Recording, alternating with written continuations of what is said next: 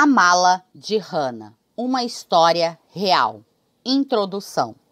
A Mala de Hana é uma história real que se passou em 3 continentes durante um período de quase 70 anos. Envolve a experiência de uma garotinha e de sua família na Tchecoslováquia, atual República Tcheca, nas décadas de 1930 e 1940, uma jovem e um grupo de crianças em Tóquio, no Japão, e um homem em Toronto, no Canadá, nos dias de hoje.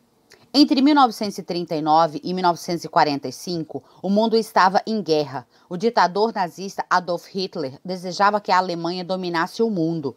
No centro de seu plano estava a eliminação brutal do povo judeu da face da terra. Para se livrar desses inimigos, ele montou dezenas de campos de prisioneiros, chamados de campos de concentração, pela Europa. Homens judeus, assim como mulheres e crianças de quase todos os países europeus, foram deportados. Eles foram arrancados de suas casas e enviados aos campos, onde sofreram terrivelmente. Muitos morreram de fome ou por causa de doenças. A maioria foi assassinada. Nesses campos de morte e em qualquer lugar onde os seguidores de Hitler executavam seu plano macabro, 6 milhões de judeus foram mortos. 1,5 milhão de crianças estava entre eles. Em 1945, a guerra acabou e o mundo inteiro soube do horror do que acontecera nos campos de concentração.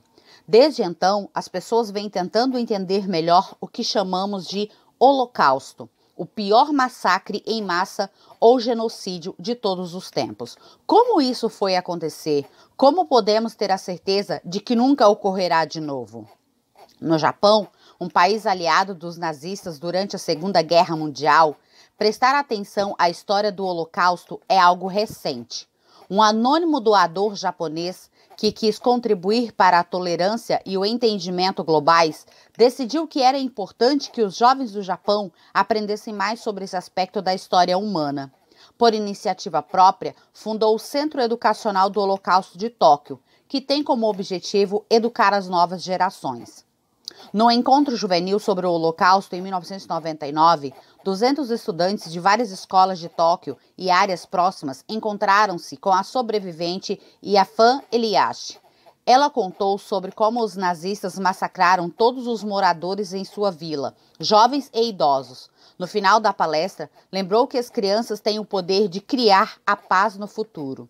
Alguns jovens japoneses ali presentes aceitaram o desafio e formaram um grupo chamado Pequenas Asas. Agora, os membros do Pequenas Asas, de 8 a 18 anos, ajudam o Centro Educacional do Holocausto de Tóquio e trabalham para que outros jovens conheçam a história desse massacre.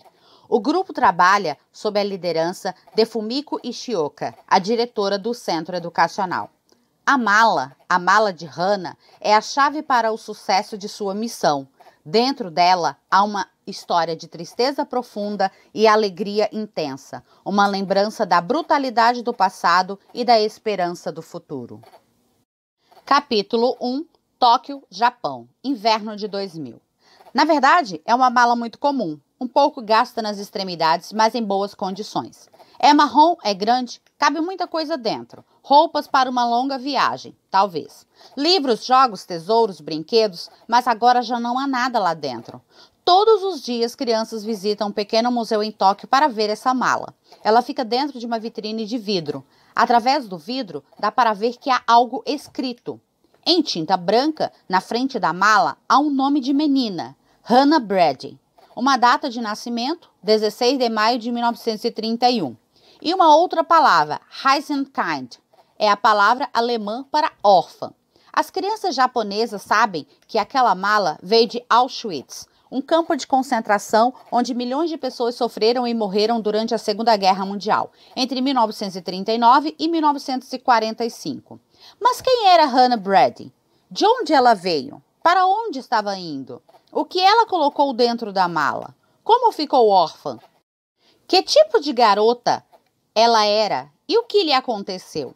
As crianças faziam muitas perguntas. A diretora do museu, uma moça esguia de longos cabelos negros, também tinha muitas perguntas. Seu nome é Fumiko Ishioka.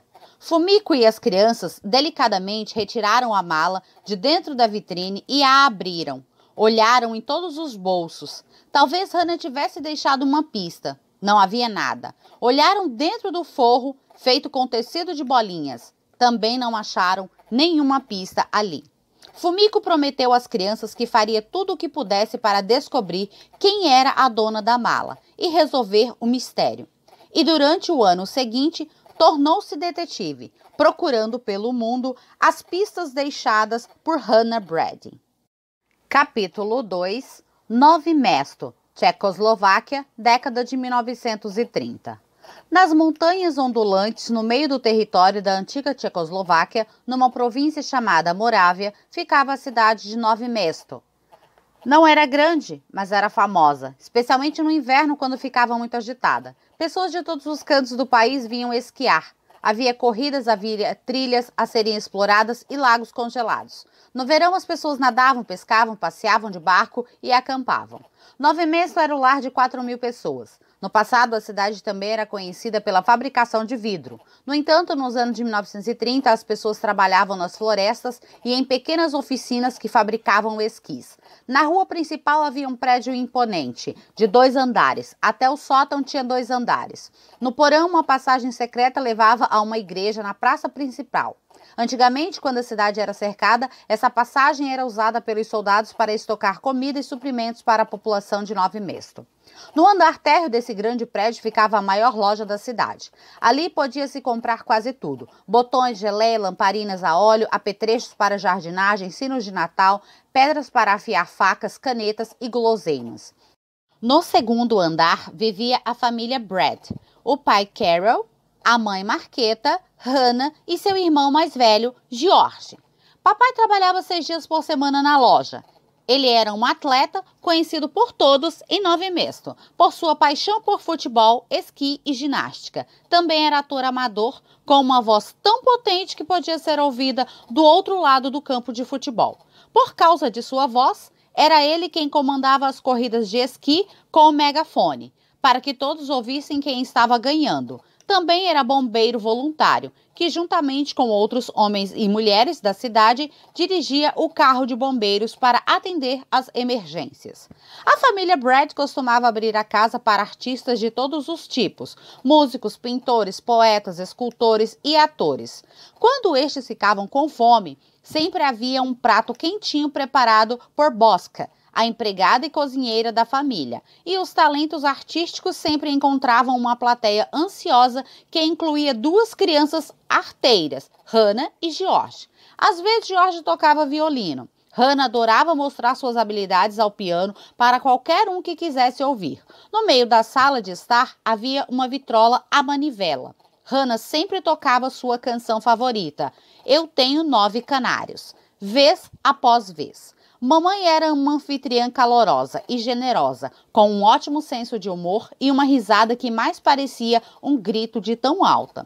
Ela também trabalhava 6 dias por semana na loja, e as pessoas com frequência entravam no estabelecimento apenas para ouvir as suas piadas e rir de suas brincadeiras. Mamãe tinha um cuidado especial com os pobres de Novi Mesto, que viviam na periferia da cidade. Uma vez por semana preparava uma trouxa com roupas e comida e Hannah distribuía aos carentes.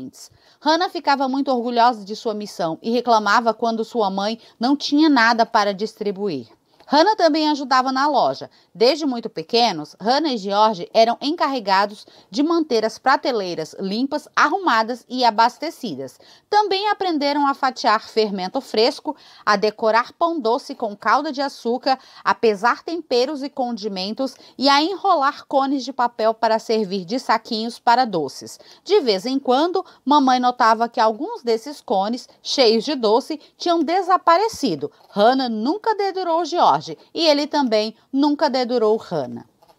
Sempre havia alguns gatos pela loja, que trabalhavam em período integral como caçadores de ratos. Mas uma vez, numa missão especial, mamãe e papai compraram fofos gatos angorás brancos de presente para as crianças. Eles chegaram pelo correio, numa caixa com buracos para respirar. No começo, Si Ívia, a cadela borsói da família, farejou o ar, suspeitando de algo, mas logo os gatinhos, a que Hannah chamou de Mickey e Morek, foram efetivamente aceitos na família. Hannah e George frequentavam uma escola pública, eram crianças normais que costumavam aprontar algumas, causavam problemas, mas também orgulhavam seus pais como qualquer criança. Havia apenas uma diferença. Os Brads eram judeus. Não eram uma família religiosa, mas mamãe e papai queriam que as crianças soubessem de sua fé. Uma vez por semana, enquanto seus colegas iam para a igreja, Hannah e George tinham aulas com uma professora especial que os ensinava sobre os feriados judeus e a história de seu povo. Havia algumas outras famílias judias em Nove Mesto, mas Hannah e George eram as únicas crianças judias na cidade. Nos primeiros anos, ninguém prestou atenção ou se importou com a diferença. Todavia, pouco tempo depois, o fato de serem judeus seria considerado o fator mais importante para aquela família. Capítulo 3, Tóquio, inverno de 2000. De volta ao escritório do outro lado do mundo e quase meio século mais tarde, Fumiko Ishioka lembrou-se de como a mala foi parar em suas mãos. Em 1998, ela havia começado seu trabalho como coordenadora de um pequeno museu chamado Centro do Holocausto de Tóquio. Era dedicado a ensinar as crianças japonesas sobre o Holocausto. Numa conferência de Israel, Fumiko conheceu alguns sobreviventes do Holocausto, pessoas que viveram os horrores dos campos de concentração. Ela ficou espantada com o otimismo e a alegria de viver daquelas pessoas, mesmo depois de tudo o que tinham passado. Quando Fumiko se sentia triste sobre algumas coisas em sua vida, sempre pensava nesses sobreviventes. Eles eram tão determinados e sábios, tinham tanto a ensiná-la. Fumiko queria que os jovens no Japão também aprendessem sobre o Holocausto, e esse era o seu trabalho. Não era uma tarefa fácil, como perguntava-se, faria com que as crianças japonesas entendessem a história terrível do que acontecera com milhões de judeus num continente distante mais de 50 anos atrás? Fumiko decidiu que o melhor jeito de começar era por meio de objetos que as crianças pudessem ver e tocar. Ela escreveu para museus do Holocausto e museus judeus em todo o mundo, na Polônia, na Alemanha, nos Estados Unidos e em Israel, pedindo que emprestassem artefatos que teriam pertencido a crianças. Ela colocou um anúncio na internet, escreveu para algumas pessoas que poderiam ajudá-la. Fumiko procurava um par de sapatos e uma mala. Todos lhe deram as costas, dizendo que os objetos que haviam sido cuidadosamente preservados não poderiam ser emprestados a um museu tão pequeno, tão longe. Fumiko ficou sem saber o que fazer, mas ela não é do tipo de pessoa que desiste facilmente. Pelo contrário, quanto mais rejeições recebia, mais determinada ficava. Naquele outono, Fumiko viajou até a Polônia, onde muitos campos de concentração nazistas haviam sido construídos. Ali, onde havia sido o campo mais conhecido, visitou o Museu de Auschwitz.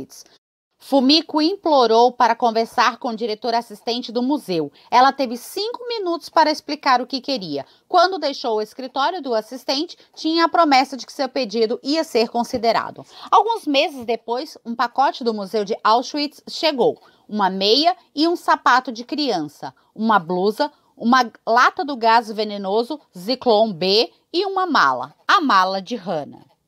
Capítulo 4. Nove Mesto, 1938. Hannah tinha cabelos loiros, olhos azuis e uma cara redonda e linda. Ela era uma menina forte. De vez em quando, Hannah provocava George para uma briga, só para exibir seus músculos. Seu irmão era 3 anos mais velho, e mesmo assim, Hannah às vezes saía como vencedora. Mas na maior parte do tempo, Hannah e George brincavam juntos.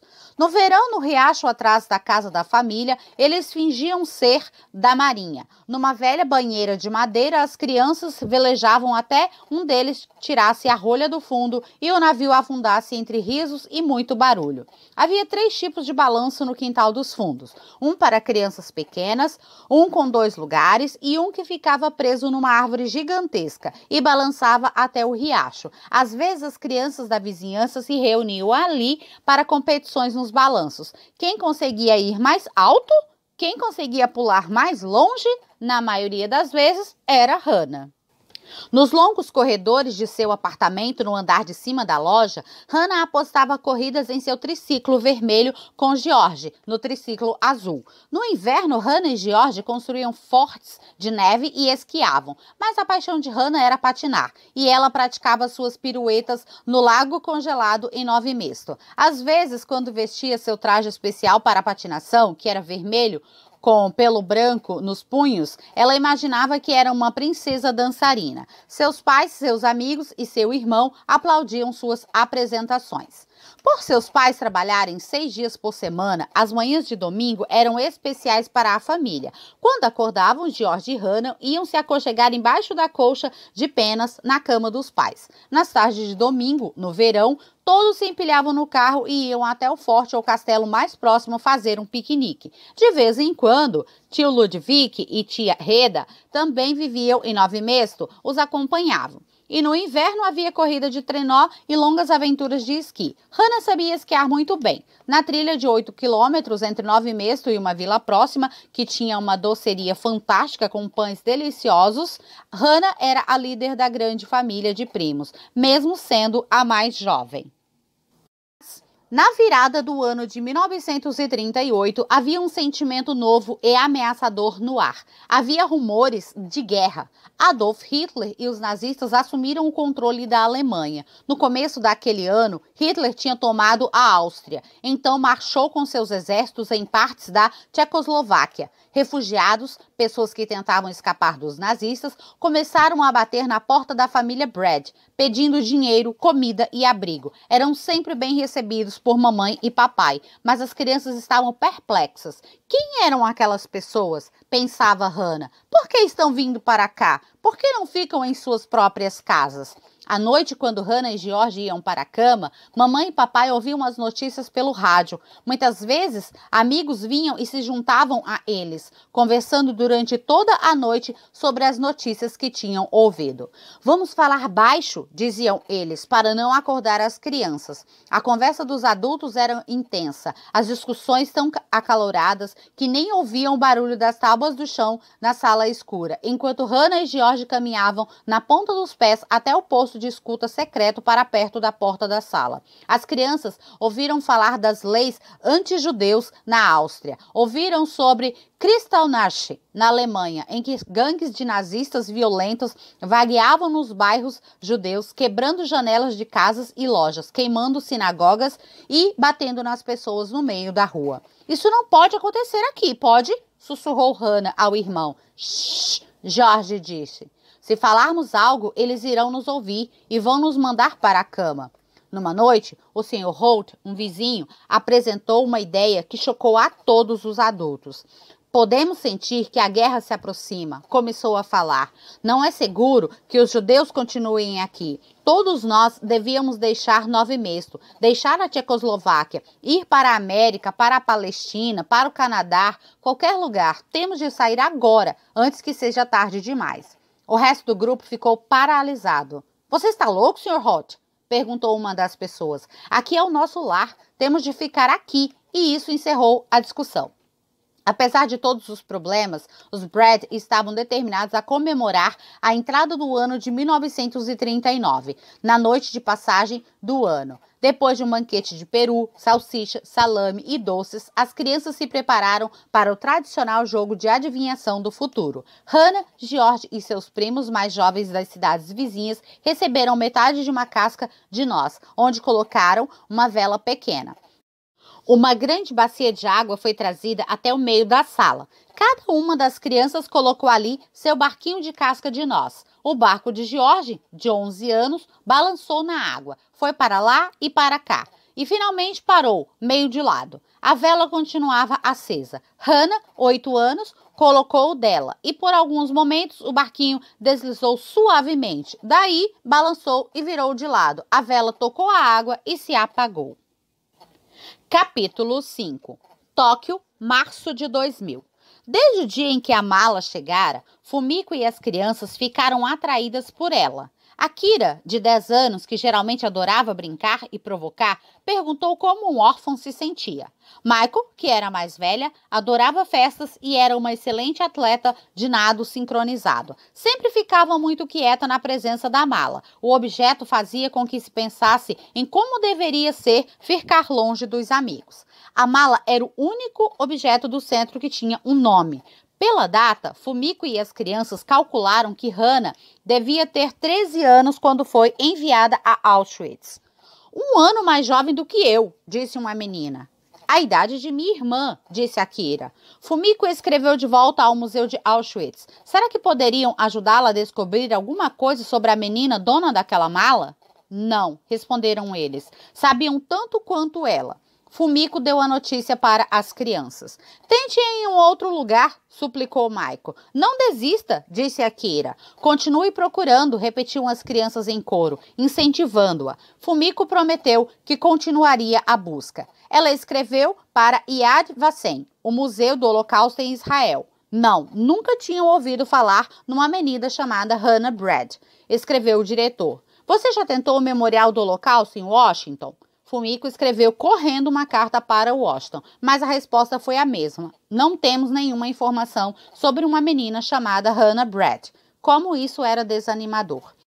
Então, de repente, do nada, Fumiko recebeu uma nota do Museu de Auschwitz. Eles tinham descoberto algo. Tinham encontrado o nome de Hannah numa lista. Estava escrito que Hannah tinha chegado a Auschwitz, vinda de um lugar chamado Theresienstadt. Capítulo 6, Nove Mesto, 1939.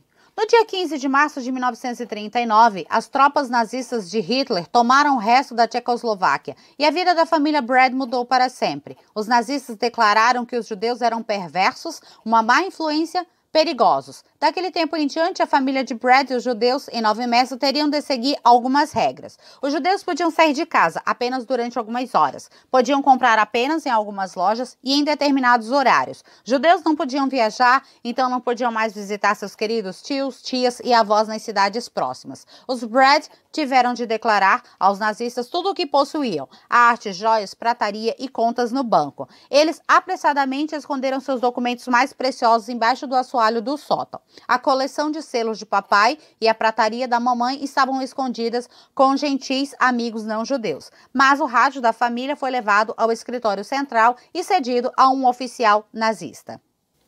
Um dia, Hannah e George entraram na fila do cinema para assistir A Branca de Neve e os Sete Anões. Quando chegaram ao guichê para comprar os ingressos, viram uma placa que dizia: judeus não são admitidos. Com os rostos vermelhos e os olhos ardendo, Hannah e George viraram de costas e voltaram para casa. Quando Hannah entrou em casa, estava furiosa e chateada. Por que isso está acontecendo conosco? Por que não posso ir ao cinema? Por que não posso simplesmente ignorar a placa? Mamãe e papai olharam um para o outro desesperados. Não havia respostas simples. Toda semana havia uma nova restrição. Judeus não podiam frequentar o parque de diversões, nem os campos de esporte, nem os parques públicos. Logo, Hannah não podia mais ir ao ginásio. Até mesmo o lago em que esquiavam estava proibido. Suas amigas, todas gentis, no começo também ficaram tão perplexas quanto Hannah com as regras. Ainda se sentavam lado a lado na escola e aprontavam travessuras juntas, dentro da classe e na hora do recreio. Ficaremos juntas para sempre, não importa o que aconteça, prometeu Maria, a melhor amiga de Hannah. Não vamos deixar que ninguém nos diga com quem vamos brincar.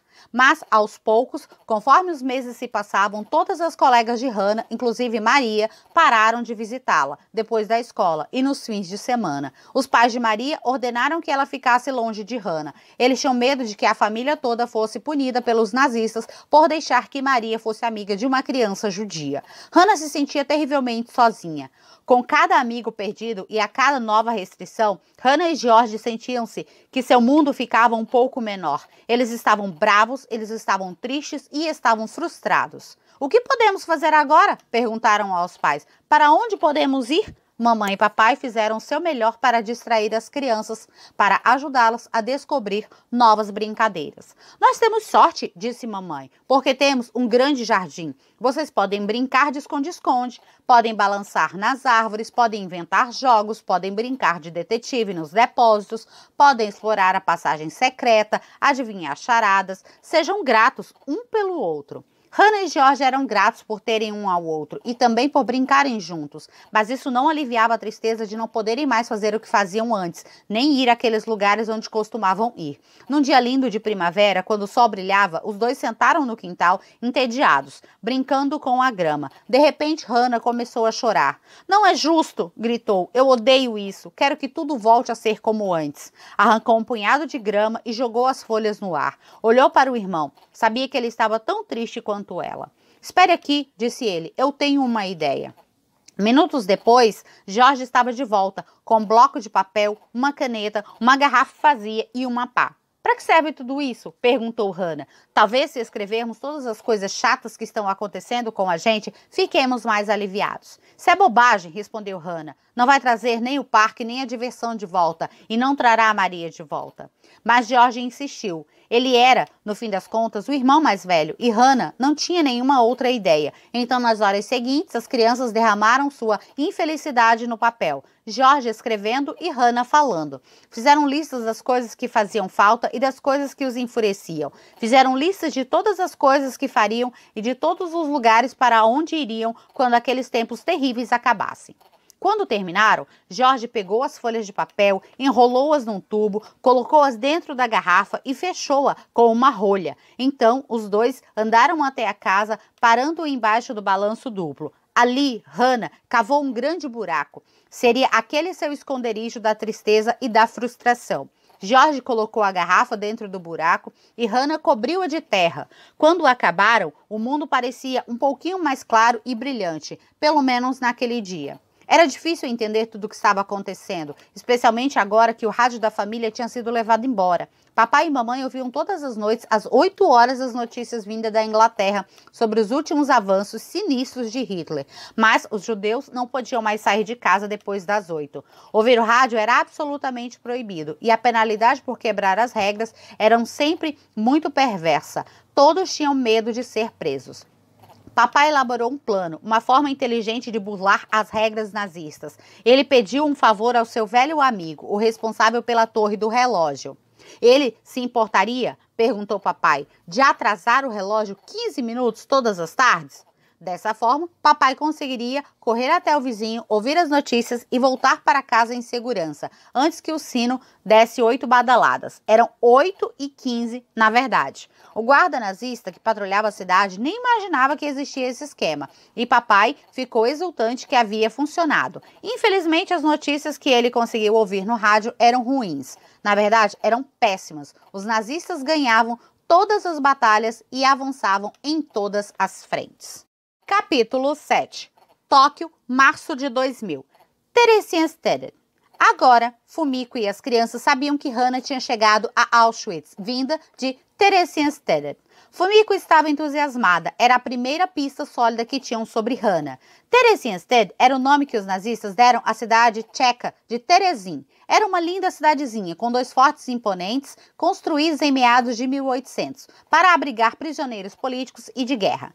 Depois que os nazistas invadiram a Tchecoslováquia, transformaram Terezin no gueto de Theresienstadt, uma prisão murada, vigiada e hiperlotada que agora havia se transformado no lar dos judeus que foram obrigados a deixar suas casas. Durante a Segunda Guerra Mundial, mais de 140 mil judeus foram enviados para lá. 15 mil deles eram crianças.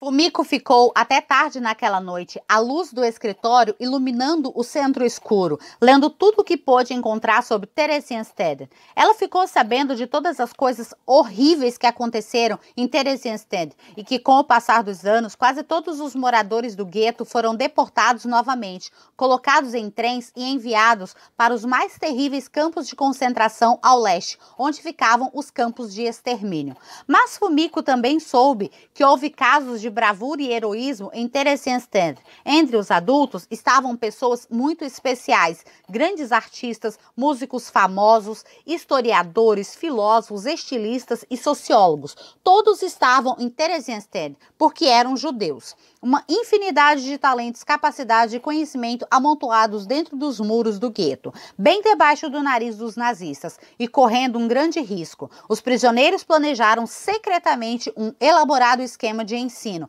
aprendizado, produção e apresentação para crianças e adultos. Estavam determinados a não deixar os alunos esquecerem que, apesar da guerra, apesar dos arredores acinzentados e alojamentos apertados, apesar de tudo, o mundo era um lugar de beleza e cada um podia construir a sua parte. Fumiko também descobriu que, em Theresienstadt, as crianças tinham aulas de desenho e pintura e, miraculosamente, 4.500 desenhos dessas crianças sobreviveram à guerra. O coração de Fumiko disparou. Será que entre esses desenhos existiria algum de Hannah Brad? Capítulo 8, Nove Mesto, outono de 1940, primavera de 1941. O outono trouxe um vento frio, além de mais restrições e rigidez. Hannah estava prestes a começar a terceira série quando os nazistas anunciaram que crianças judias não podiam mais ir à escola. Agora nunca mais poderei ver meus amigos, choramingou Hannah, quando seus pais lhe deram a má notícia. Agora não poderei mais ser uma professora quando crescer. Ela sempre sonhou em ficar em pé diante da classe e fazer com que todos ouvissem atentamente os seus ensinamentos. Mamãe e papai estavam determinados a fazer com que seus filhos continuassem a estudar. Por sorte, tinham dinheiro suficiente para contratar uma professora particular que morava numa vila próxima para dar as aulas a Hannah, e também um professor refugiado para ensinar George. Mamãe tentava ficar alegre. Bom dia, Hannah! Cantava todo dia quando o sol raiava. Está na hora do café. Você não vai querer chegar atrasada na escola, vai? Todas as manhãs, Hannah encontrava-se com sua professora na mesa da sala de jantar. Ela era uma mulher bondosa e fazia o possível para encorajar Hannah com a leitura, a redação e as contas. Ela levava uma pequena lousa que ficava apoiada numa cadeira. De vez em quando, deixava Hannah escrever com giz na lousa e limpar o apagador dos arbustos. Mas nessa escola não havia colegas, nem brincadeiras, nem recreio. Hannah achava difícil prestar atenção ou ficar concentradas nas lições. Na escuridão do inverno, o mundo parecia se fechar em torno da família Brad. De fato, quando a primavera chegou, um desastre se abateu sobre a família. Em março de 1941, mamãe foi presa pelo Gestapo, a temida polícia secreta de Hitler. Chegou uma carta ordenando que mamãe comparecesse às 9 horas da manhã no quartel-general da Gestapo, em Iglau, uma cidade próxima. Para que chegasse lá na hora, ela teria de sair no meio da noite. Tinham apenas um dia para organizar todas as suas coisas e se despedir da família. Ela chamou Hannah e George na sala de estar, sentou-se no sofá e puxou as crianças para junto de si. Disse que tinha de viajar por um tempo. Hannah deu um abraço apertado na mãe. Vocês têm de ser bonzinhos enquanto eu estiver fora, disse ela. Prestem atenção ao papai e obedeçam-no. Eu escreverei, prometeu. Vocês escreverão para mim? George olhou para baixo, Hannah tremeu. As crianças estavam chocadas demais para responder. Nunca tinham ficado longe da mãe. Quando mamãe colocou Hannah na cama naquela noite, ela abraçou a filha com força. Correu os dedos pelos cabelos de Hannah, do mesmo jeito que fazia quando Hannah era pequena, e cantou a canção de ninar favorita da filha. Várias vezes, Hannah adormeceu com os braços em volta do pescoço da mãe. E de manhã, quando Hannah acordou, mamãe tinha ido embora. Capítulo 9, Tóquio, abril de 2000. Fumiko não conseguia acreditar no que via quando recebeu um pacote no seu escritório no Japão. Apenas algumas semanas antes, ela escrevera para o Museu do Gueto de Terezin, onde hoje é a República Tcheca. Fumiko explicara na carta que as crianças e ela estavam muito ansiosas para descobrir qualquer coisa que as deixasse mais próximas de Hannah. As pessoas ali tinham dito que não sabiam nada a respeito da história pessoal de Hannah, mas sabiam da extensa coleção de desenhos das crianças que tinha ficado escondida no campo. Muitos daqueles desenhos agora estavam expostos no Museu Judeu de Praga. Fumiko abriu o pacote. Estava tão ansiosa que suas mãos tremiam. Havia fotografias de 5 desenhos. Uma era a foto de um desenho colorido de um jardim e um banco de parque. Outra mostrava um piquenique ao lado de um rio. As outras foram feitas com carvão e lápis, uma árvore, feno sendo posto para secar numa fazenda e pessoas carregando malas, descendo de um trem. No alto da página, à direita de cada um dos desenhos, estava o nome Hannah Brad. Capítulo 10, 9 Mesto, outono de 1941. Por ter prometido à mãe, Hannah fez o melhor que pôde para se comportar bem. Ajudava seu pai quando podia e fazia todas as lições. Bosca, a querida empregada da casa, cozinhava os pratos favoritos de Hannah e lhe dava porções generosas de sobremesa. Mas Hannah sentia uma falta terrível de sua mãe, especialmente à noite. Ninguém mais conseguia alisar seu cabelo do jeito que mamãe fazia. Ninguém conseguia cantar tão bem sua canção de ninar. E aquela risada gostosa que ecoava pela casa, disso todos sentiam falta. As crianças ficaram sabendo que sua mãe havia sido levada para um lugar chamado Hovenbroek, um campo de concentração para mulheres na Alemanha. É muito longe? Perguntou Hannah ao pai. Quando ela vai voltar para casa? Quis saber George. Papai assegurou às crianças que estava fazendo o possível para tirá-la de lá e trazê-la de volta. Um dia, Hannah estava lendo no seu quarto quando ouviu Bosca chamar por ela. Hannah fingiu não ouvir, não estava a fim de fazer nada. E o que mais importava? Bosca continuou chamando. Hannah, Hannah, onde você está? Venha rápido. Tem algo muito especial esperando por você no posto dos Correios. Quando ouviu aquilo, Hannah deixou seu livro cair. Podia ser aquilo que ela mais esperava? Saiu batendo a porta de casa e correu até o posto dos Correios, no fim da rua. Hannah se aproximou do guichê. Tem alguma coisa para mim? Perguntou. A mulher do lado de dentro empurrou um pequeno pacote marrom pelo buraco de vidro. Hannah sentiu seu coração pular quando reconheceu a caligrafia da mãe. Seus dedos tremeram enquanto abria o pacote. Dentro dele estava um pequeno coração marrom. Era feito de pão e tinha as iniciais HB esculpidas. Junto com o presente havia uma carta. Minha querida, desejo toda a felicidade em seu aniversário. Sinto muito por não poder ajudá-la a apagar as velas este ano, mas o coração é um pingente que eu fiz para a sua pulseira. Suas roupas estão ficando pequenas para você? Peça ao papai e ao George que fale com suas tias para fazerem roupas novas para a minha garotona. Eu penso em você e no seu irmão o tempo todo. Estou bem. Está sendo uma boa menina? Vai escrever para mim? Espero que você e George continuem estudando. Estou bem, tenho muitas saudades. Minha querida Hanika. Manda beijos agora. Amor, mamãe, maio 1941, Hovenbroek. Hannah fechou os olhos e apertou o pequeno coração de pão entre as mãos. Ela imaginou que a mãe estava ali ao seu lado. O outono trouxe outro golpe. Um dia, papai chegou em casa carregando 3 quadrados de pano. Em cada um havia uma estrela de Davi amarela e no meio dela a palavra judeu. Judeu. Venham, crianças, disse papai, enquanto pegavam uma tesoura na gaveta da cozinha. Precisamos recortar essas estrelas e alfinetá-las em nossos casacos. Temos de usá-las todas as vezes que sairmos de casa. Por quê? Perguntou Hannah. As pessoas já sabem que somos judeus. É o que precisamos fazer, respondeu papai. Ele estava tão abatido, triste e cansado que George e Hannah não discutiram. Desse dia em diante, Hannah não saía mais de casa com tanta frequência. Ela fazia qualquer coisa para evitar ser vista em público usando o emblema amarelo. Ela odiava aquela estrela. Era humilhante, era constrangedor. Já não era suficiente? Perguntavam-se as crianças terem perdido o parque, o lago, a escola e os amigos?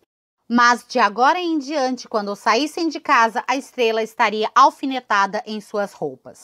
Um homem judeu na cidade não estava disposto a obedecer, já estava farto de todas as regras e restrições. Então, no fim do mês de setembro de 1941, saiu de casa. Desafiadoramente, ele não havia recortado a estrela e colocou o quadrado todo fixado em seu casaco. Esse pequeno ato de rebelião foi imediatamente percebido pelo oficial nazista encarregado de Nove Mesto. Ele ficou furioso, declarou que Nove Mesto deveria ficar Judenfrei, livre dos judeus imediatamente. E na manhã seguinte, um grande carro preto, dirigido por um oficial nazista, parou em frente à casa dos Brad.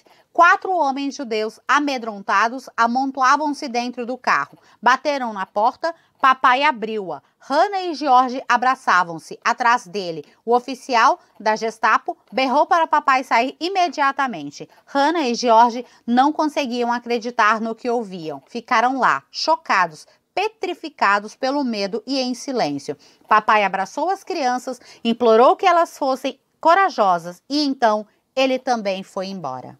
Capítulo 11. Tóquio, primavera de 2000.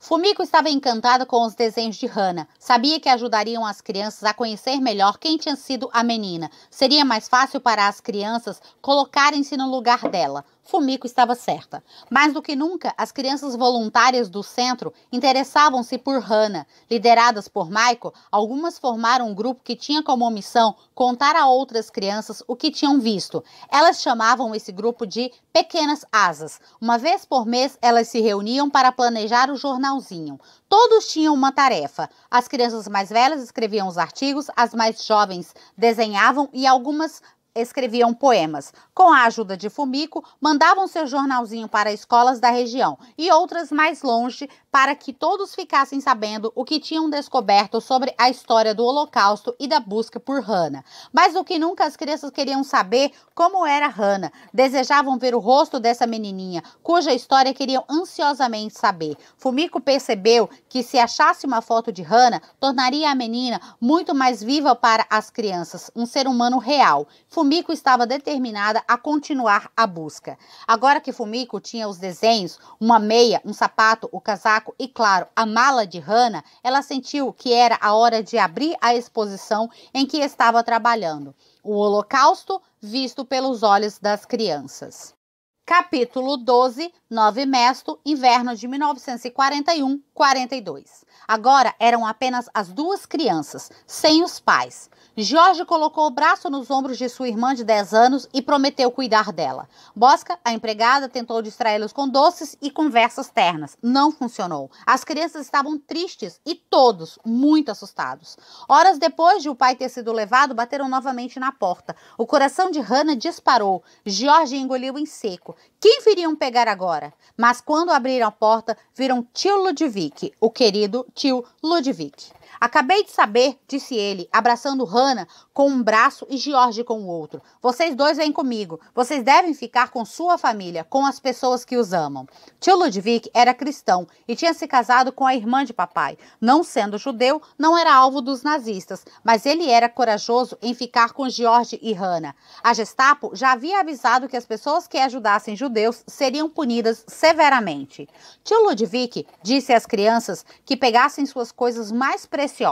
Hannah pegou sua boneca do tamanho de uma criança de verdade chamada Nana, que estava com ela desde que tinha 5 anos. George pegou todas as fotografias da família. Cada um deles encheu uma mala. Hannah escolheu uma mala marrom, grande, que já havia sido usada em viagens com a família. Ela adorava o forro de bolinhas. Quando terminaram de arrumar as malas, apagaram a luz e fecharam a porta sem olhar para trás. Naquela noite, a tia e o tio de Hannah colocaram-na numa grande cama coberta com uma colcha de penas. Vamos cuidar de vocês até seus pais voltarem, Hannah. Prometeram, e estaremos no andar de baixo se você acordar no meio da noite. Mesmo tendo passado muito tempo depois que as luzes foram apagadas, Hannah continuava acordada, piscando naquela escuridão estranha. Era uma cama estranha, e o mundo, agora um lugar perigoso, parecia ter virado de cabeça para baixo. O que virá a seguir? Pensou Hannah. Com medo, finalmente conseguiu fechar os olhos e dormir.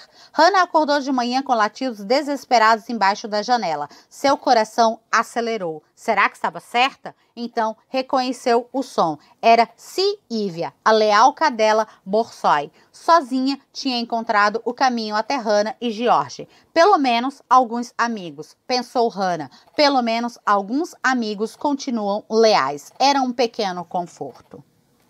A casa de tia Eda e tio Ludwig era pequena, mas confortável, com um lindo jardinzinho nos fundos. Era bem perto da escola. Todos os dias, Hannah e George viam as crianças passando com suas mochilas, rindo e brincando a caminho da escola. Eu quero ir também. Hannah batia o pé no chão, frustrada e magoada, mas não havia nada que pudessem fazer. Nos meses que se seguiram, tio Ludwig e tia Eda fizeram o possível para que as crianças ficassem ocupadas. George cortava madeira por horas. Hannah lia e jogava. Seus primos, Vera e Giri, gostavam muito dela. Às vezes até iam junto para a igreja. Todos os dias na hora do almoço, Hannah e George iam para casa, comer a comida de Bosca, que adorava mimar as crianças. Ela os abraçava, beijava e lembrava que havia prometido aos pais deles que ia cuidar muito bem da alimentação dos dois, para que ficassem saudáveis. A cada 2 ou 3 semanas chegava uma carta de papai, que estava na prisão da Gestapo em Iglau.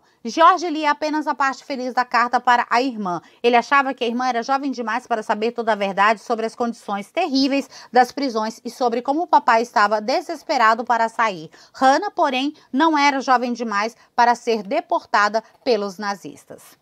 Capítulo 13, 9 de maio de 1942. Um dia, uma notícia chegou à casa da tia Eda e do tio Ludwig. Hannah e George Brad tinham de se apresentar no centro de deportação em Trebek, a 15 quilômetros de Nove Mesto, no dia 14 de maio de 1942. Era isso que o tio Ludwig temia. Ele chamou as crianças ao seu escritório e leu a carta para elas. Então tentou dar a notícia da melhor forma possível. Vocês vão viajar, disse ele. Juntos, vocês vão para um lugar onde há muitos outros judeus e muitas crianças para brincar. Talvez nem precisem usar a estrela. Eles não disseram nada. Estavam tristes por deixar os tios. Hannah estava com medo. Quando Bosca veio ajudá-los a arrumar as malas para a viagem, Hannah encheu-a de perguntas. Onde estão nossos pais? Quando vamos vê-los de novo? Para onde estamos indo? O que podemos levar conosco? Bosca não tinha resposta para nenhuma dessas perguntas. Apenas abraçou Hannah e disse que também estava indo embora de Nove Mesto para viver com um irmão numa fazenda. Hannah pegou a grande mala marrom com o forro de bolinhas debaixo da cama. Apanhou um saco de dormir que lhe recordava os bons tempos em casa. Mesmo longe dela, George também pegou o seu. Enfiaram salame e açúcar entre as roupas, além de algumas lembranças.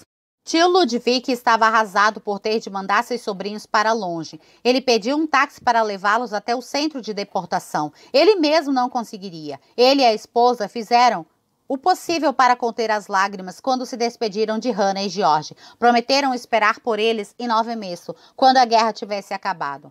Quando o motorista balançou o sino e os cavalos se puseram a caminho, ninguém disse uma palavra. Algumas horas mais tarde, o motorista deixou Hannah e George em frente a um grande depósito. Eles entraram na fila que se formava na porta. Quando chegaram no guichê de registro, deram seus nomes para um soldado carrancudo. Ele os mandou para dentro de um prédio escuro e abafado. O chão dentro do prédio estava coberto de colchões. Hannah e George acharam 2 colchões juntos numa esquina e se sentaram. Quando olharam em volta, perceberam que quase não havia crianças, mas havia centenas de homens e mulheres judeus esperando para serem enviados a um lugar chamado Theresienstadt. Todos estavam sendo deportados. Por 4 dias e 4 noites, Hannah e George ficaram no depósito comendo a comida de suas malas e dormindo nos colchões no chão. Embora alguns adultos tentassem ser bondosos com as crianças, Hannah e George não queriam companhia. Eles tinham um ao outro e passavam o tempo lendo, conversando, dormindo ou pensando em seu lar. Foi dentro desse depósito, em 16 de maio de 1942, com alguns doces e um toco de vela, que Hannah Brad comemorou seu aniversário de 11 anos. Capítulo 14. Tóquio, junho de 2000.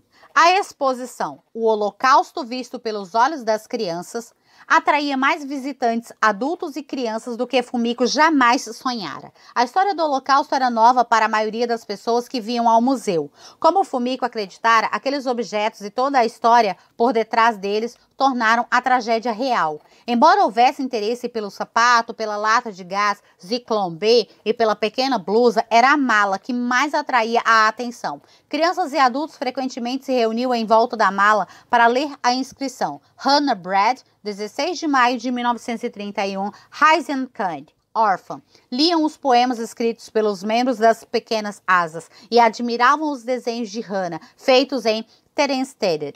Vocês sabem mais alguma coisa sobre ela? Perguntavam. O que aconteceu com ela? Como ela era? Fumiko decidiu redobrar os esforços para encontrar uma foto de Hana. Em algum lugar devia existir alguém disposto a ajudar. Fumiko escreveu novamente para o Museu do Gueto de Terezin. A resposta veio. Já dissemos que não sabemos nada sobre uma menina chamada Hana Brad. Fumiko não conseguia aceitar essa resposta. Decidiu então ir pessoalmente a Terezin.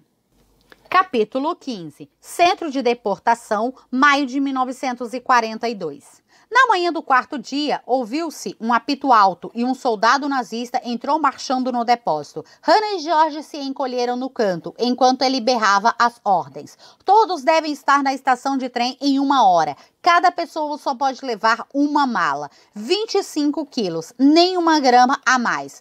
Formem filas, não conversem, cumpram as ordens. A voz era tão áspera, tão amedrontadora, Hana e George rapidamente armaram suas malas. Os adultos tentaram ajudar, certificando-se de que as crianças estariam prontas. Coitadinhos, pensavam. Uma jornada tão difícil e sozinhos, sem os pais. Sob o olhar ameaçador dos soldados, todos deixaram o depósito numa fila única e formaram filas na plataforma da estação da luz brilhante da manhã. Hana e George entraram na escuridão do trem, carregando suas malas. Mais pessoas foram enfiadas dentro do vagão, até que ficasse lotado. Então as portas foram fechadas e o trem começou a andar. Capítulo 16. Terezin, julho de 2000. Theresienstadt, o nome que os nazistas deram à cidade tcheca de Terezin. Fumiko sabia que, para resolver o mistério da mala de Hana, precisava ir até lá.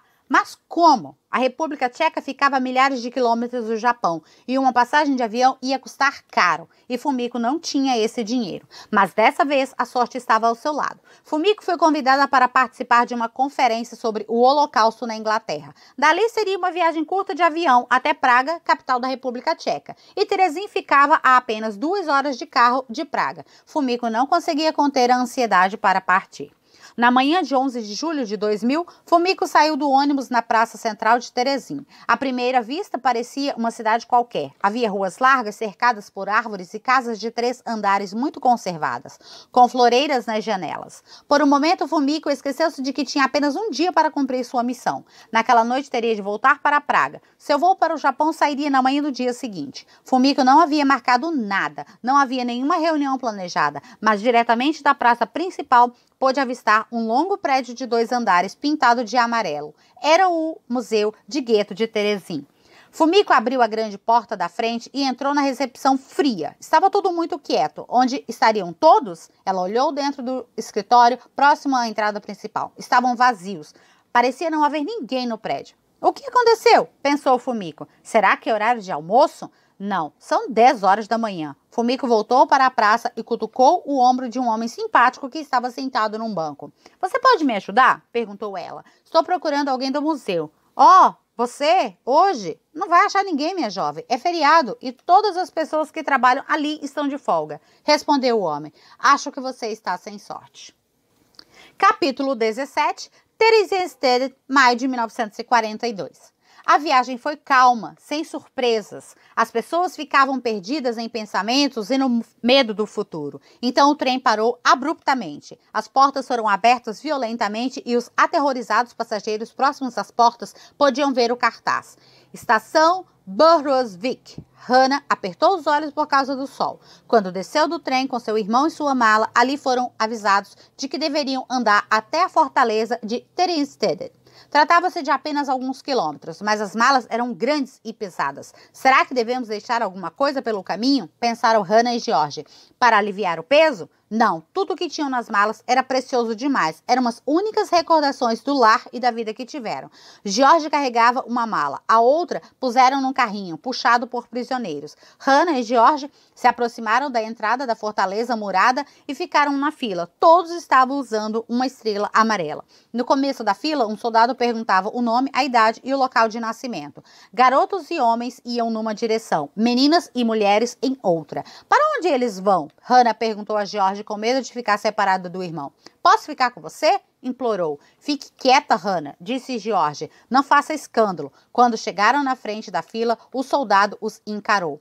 Onde estão seus pais? quis saber. Eles estão em outro campo, gaguejou George. Espero que possa nos encontrar todos aqui. O soldado não queria conversa, escreveu os nomes em cartões e procurou joias e dinheiro dentro de suas malas. Então fechou as malas com violência. Para a esquerda, disse ordenando a George. Para a direita, ordenou a Hannah. Por favor, posso ficar com meu irmão? Pediu Hannah. Mexam-se, agora, ordenou o soldado. Tinha acontecido o que Hannah mais temia. George deu um abraço rápido na irmã. Não se preocupe, disse ele, vou encontrá-la o mais rápido possível. Lutando para não chorar, Hannah pegou sua mala, seguiu as outras meninas até o Kinderheim, Casa das Crianças, L410, um amplo barracão que seria seu lar durante os próximos 2 anos. Capítulo 18, Teresin, julho de 2000. Fumiko não podia acreditar, estava muito chateada consigo mesma e com sua falta de sorte. Tinha chegado até ali e todos que podiam ajudá-la estavam de folga. Como fui escolher justo hoje para visitar o Museu de Teresin? Como pude ser tão estúpida? Pensou. O que vou fazer agora? Enquanto o sol esquentava-lhe o corpo, uma lágrima de frustração rolou pelo seu rosto. Decidiu voltar ao museu e recompor-se. Talvez conseguisse pensar num plano alternativo.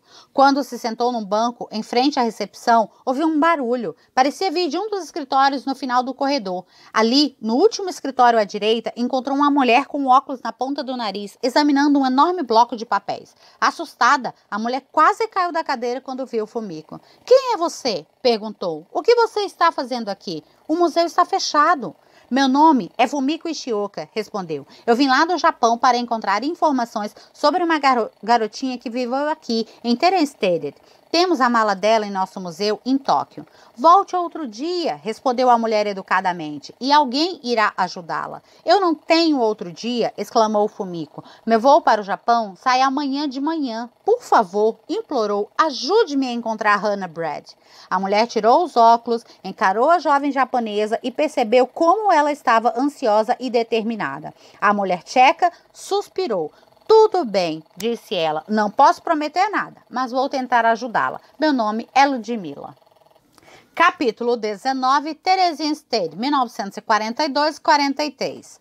Kinderheim L410. Era um prédio largo, com mais ou menos 10 dormitórios. 20 meninas dormiam em cada quarto, em colchões de palha, colocados em beliches de 3 andares. Antes da guerra, 5.000 pessoas moravam na cidade. Os nazistas amontoaram 3 vezes esse número de prisioneiros no mesmo espaço. Nunca tinha espaço suficiente, nunca tinha comida suficiente, não havia um momento de privacidade. Havia pessoas demais, muitas baratas e ratos e muitos nazistas para patrulhar o campo com uma disciplina cruel. No começo, Hannah, por ser jovem demais, não era autorizada a deixar o prédio. Isso significava não ver George. Ele vivia no Kinderheim L417, que era só para meninos, a algumas quadras dali. Hannah sentia uma saudade terrível do irmão e constantemente procurava notícias dele por intermédio das meninas mais velhas que podiam ir para fora. Elas acolheram Hannah, sentiam pena dela sozinha no mundo, sem pai nem mãe e longe do irmão. Hannah ficou amiga de uma menina mais velha que dormia na cama ao lado. Ela era baixinha, tinha pele escura e era muito animada. Sempre tinha uma risada pronta e estava feliz por ficar com Hannah a maior parte do tempo. Assim podia servir de exemplo e confortá-la em situações difíceis. O homem que distribuía os cupons de alimentação também gostou de Hannah e se preocupava com sua saúde. Ele sabia que Hannah estava sempre com fome. Ele se prontificou a roubar alguns cupons extras, uma tigela a mais de sopa aguada ou uma fatia a mais de pão preto. O estômago de Hannah roncava e sua boca salivava com a perspectiva de mais comida, mas toda vez que mais comida lhe era oferecida, ela educadamente recusava. Tinha sido avisada por ela e pelas meninas mais velhas que estaria em maus lençóis se os guardas a pegassem infringindo uma regra. Arrancadas de suas famílias, amontoadas em espaços pequenos, quase sem comida, as garotas estavam determinadas a tentar ver sempre o melhor lado da situação. As que tinham mais de 15 anos trabalhavam no jardim, onde frutas, vegetais e flores cresciam para os soldados nazistas. De vez em quando, o Sr. Schwarzbart, que administrava o jardim, permitia que Hannah viesse com o grupo de trabalho e aproveitasse o sol e o ar fresco. Hannah adorava trabalhar no jardim com as meninas mais velhas. E ainda havia outra vantagem. Uma vagem aqui, uma morango ali sempre se dava um jeito para fazer uma boquinha. Mas, na maior parte do tempo, Hannah tinha de ficar com meninas de sua idade ou mais novas e obedecer ao supervisor designado para o seu quarto. Todos os dias elas limpavam, tiravam o pó e varriam embaixo das camas. As louças, assim como os rostos, eram lavados debaixo de uma bomba d'água. Todos os dias havia aulas secretas no sótão do Kinderheim L410. Nas aulas de música, as meninas aprendiam canções. Elas cantavam baixinho para não serem ouvidas pelos guardas. No final de cada aula, uma criança era escolhida para cantar sua canção favorita, de quando estava em casa. Quando chegava a vez de Hannah, ela sempre cantava Stonoska, a canção da centopeia. Sua vida não é mole, imagine como sofre quando tem que andar a pé e cada um de seus pezinhos fica dolorido até. Ela tem razão em reclamar. Quando eu quero chorar, penso logo na centopeia. Se tivesse que andar como ela, ia ficar bem dolorida. Minha vida e não a dela é que é bem divertida. Havia também aulas de corte e costura. Hannah nunca tinha dado um ponto na vida e teve muita dificuldade em aprender a usar uma agulha. A professora sempre tinha de mandar Hannah parar de rir quando errava alguma coisa. Mesmo assim, ela conseguiu acabar uma blusa azul, da qual se orgulhava muito. Mas a aula favorita de Hannah era a de artes. Tintas e lápis de cor eram difíceis de conseguir. Algumas pessoas contrabandearam materiais para dentro do gueto em malas. O papel tinha sido roubado com muito risco dos depósitos nazistas. O papel de embrulho era usado quando não havia outra coisa. De um jeito ou de outro, nos primeiros dias, sempre havia giz de cera e lápis de cor. O professor de artes, Friedrich Dicker Brandes, tinha sido um famoso pintor e agora era um colega de prisão em Theresienstadt. Friedel ensinava coisas sérias aos alunos, tais como perspectiva e textura, e às vezes as garotas faziam desenhos de coisas sérias. Os muros do gueto, as pessoas na fila da comida, prisioneiros sendo espancados por soldados nazistas. Só que mais do que qualquer coisa, Fried queria que suas aulas ajudassem as crianças a esquecer toda a brutalidade que as cercavam, pelo menos por um tempo. Pensem em espaço, disse a Hannah e as outras meninas. Pensem em liberdade, deixe a imaginação viajar. Mostrem-me o que está em seus corações. Coloquem isso no papel. Como recompensa, ele costumava levá-las ao teto do prédio para que ficassem mais próximas das estrelas. Dali podiam ver além dos muros do campo e avistar as montanhas lá longe. As garotas sonhavam com passarinhos e borboletas, balanços e lagos, e usando giz de cera e lápis de cor, derramavam seus sonhos no papel.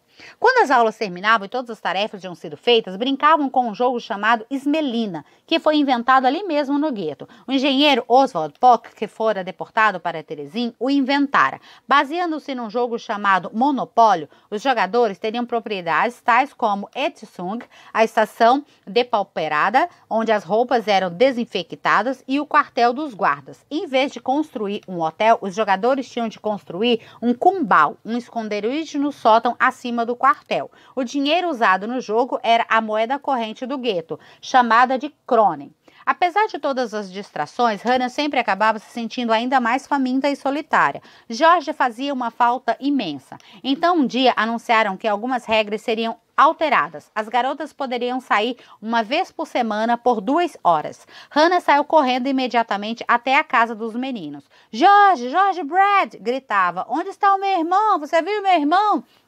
Ela corria de quarto em quarto, perguntando para cada menino que encontrava. Estava tão ansiosa para encontrar o irmão que até abriu a porta do banheiro dos meninos. E ali estava George no seu novo trabalho de encanador.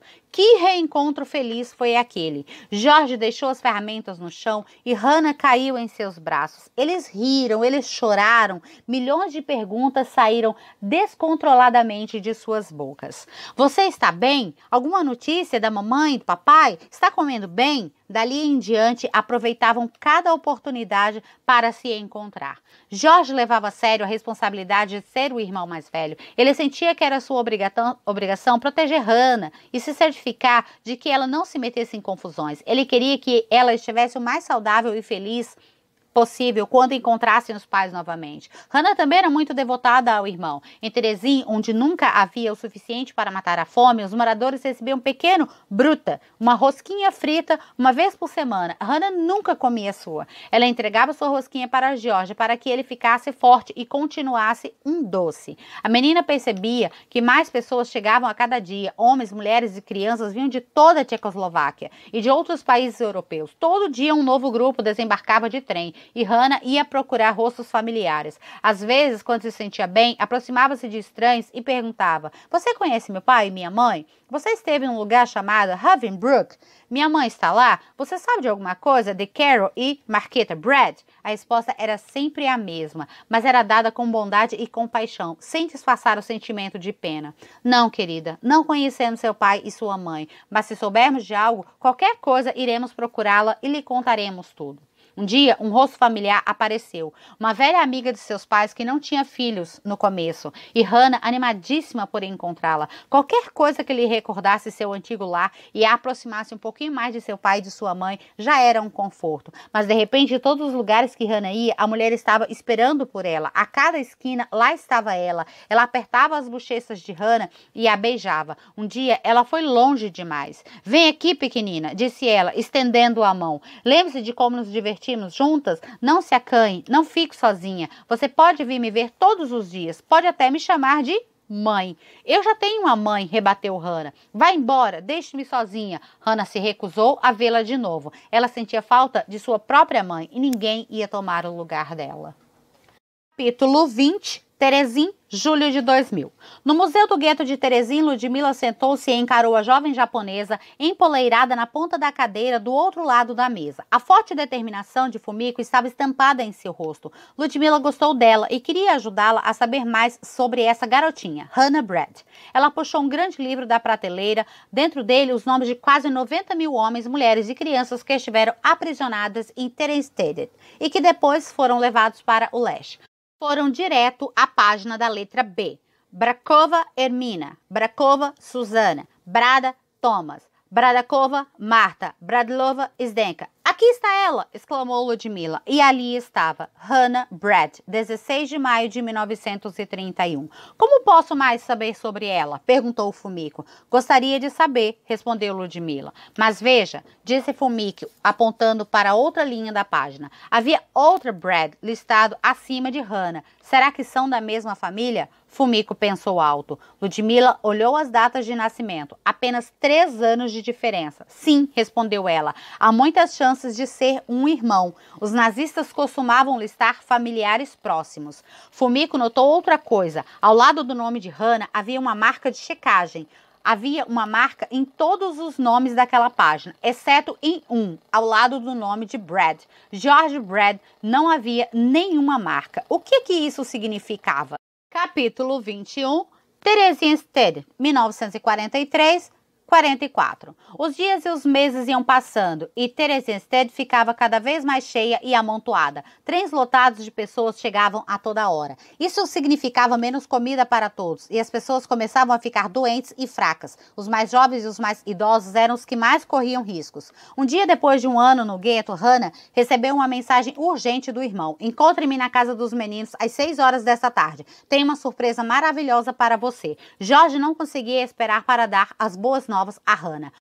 "Vovó está aqui. Ela chegou ontem à noite." As crianças ficaram mais do que felizes em ver a avó. Também ficaram preocupadas. A avó de Jorge e Hannah era uma mulher culta e refinada que vivia confortavelmente na capital Praga. Foi essa avó generosa que havia presenteado os netos com os triciclos. Quando a visitavam na cidade grande, ela sempre lhes dava bananas e laranjas, mas nos últimos anos ela havia estado muito doente. Como ela sobreviveria àquele lugar horrível? Logo perceberam que não conseguiria. As crianças encontraram-na num sótão hiperlotado, dormindo diretamente em cima da palha, uma das muitas pessoas idosas e doentes. Eram meados de julho e o sótão estava um forno. Ficaram horrorizados com o que viram. A avó, elegante e carinhosa, estava com uma aparência terrível. Seu lindo cabelo branco, antigamente tão penteado e arrumado, estava todo embaraçado. Suas roupas estavam rasgadas e gastas.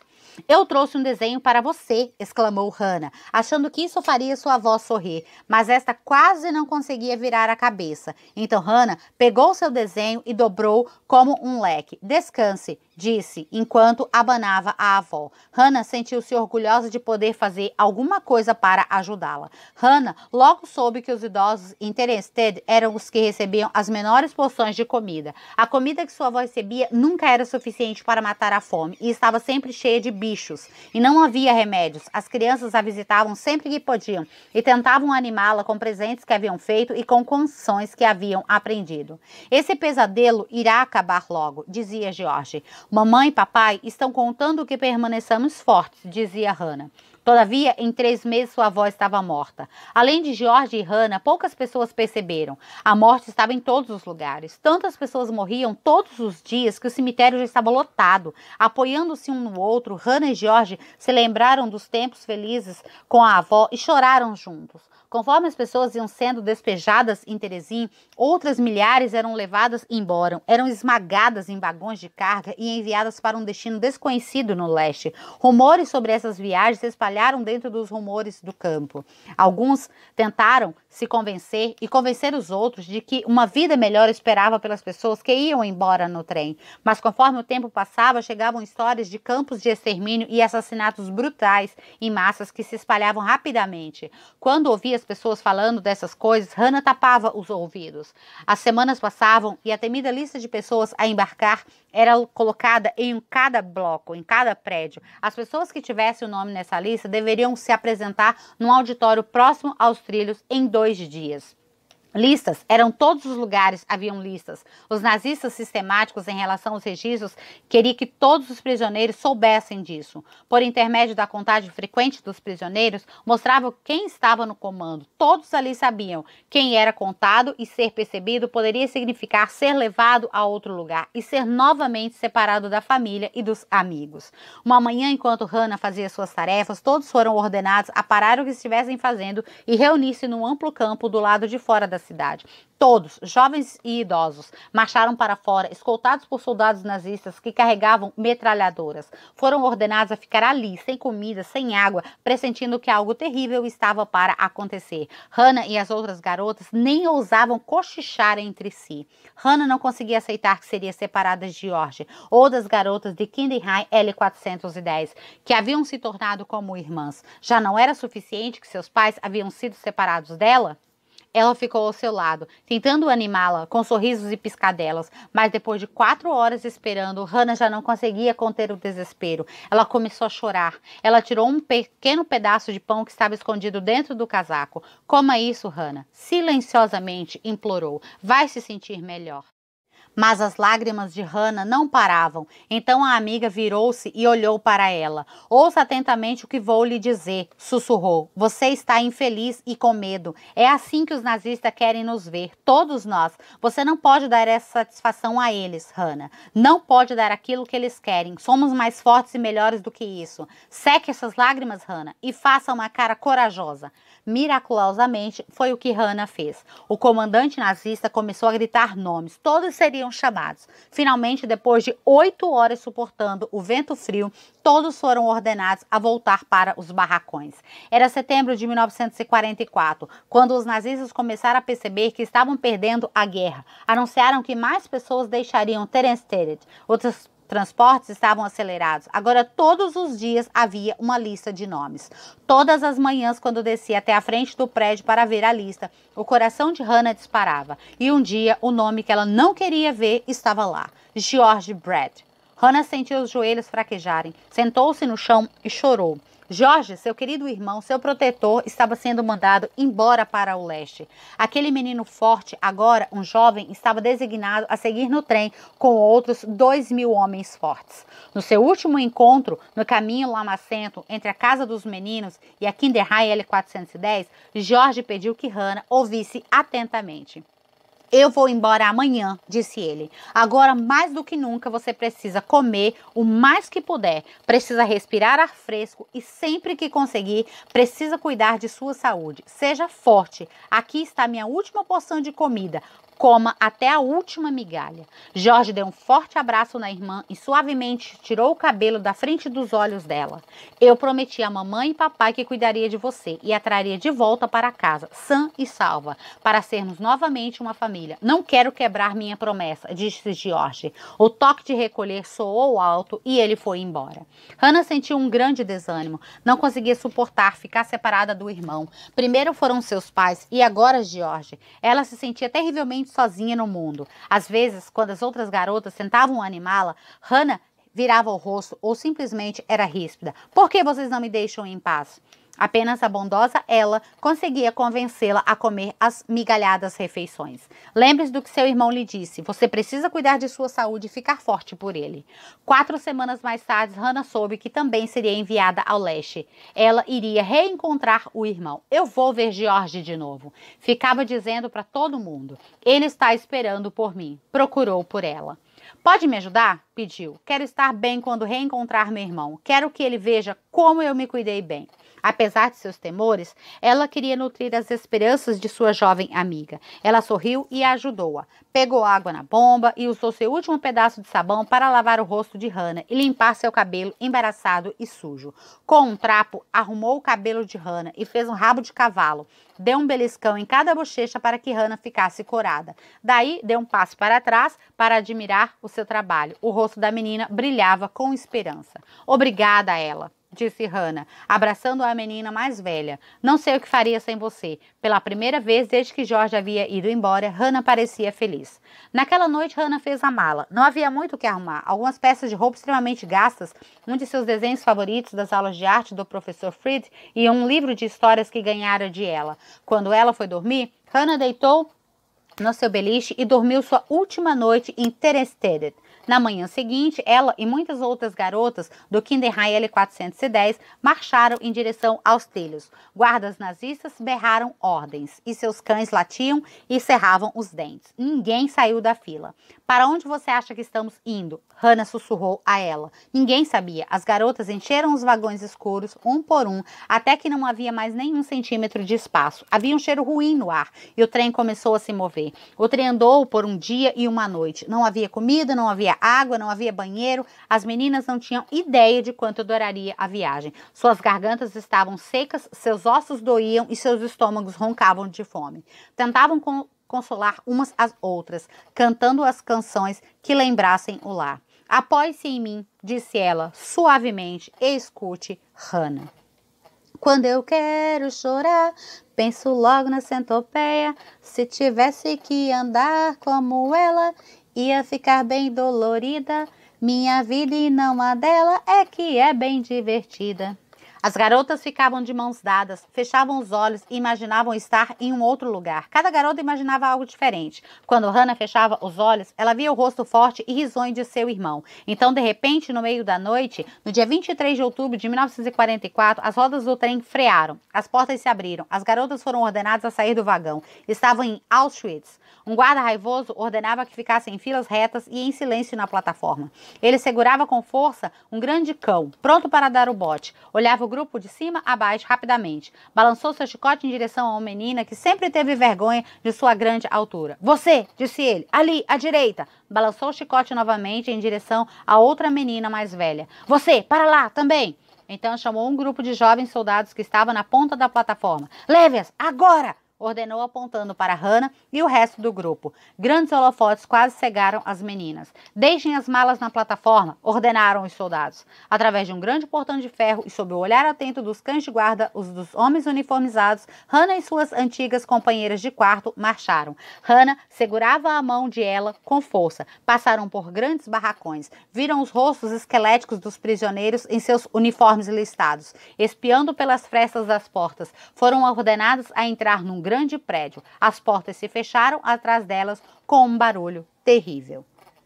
Capítulo 22. Terezinha, em julho de 2000.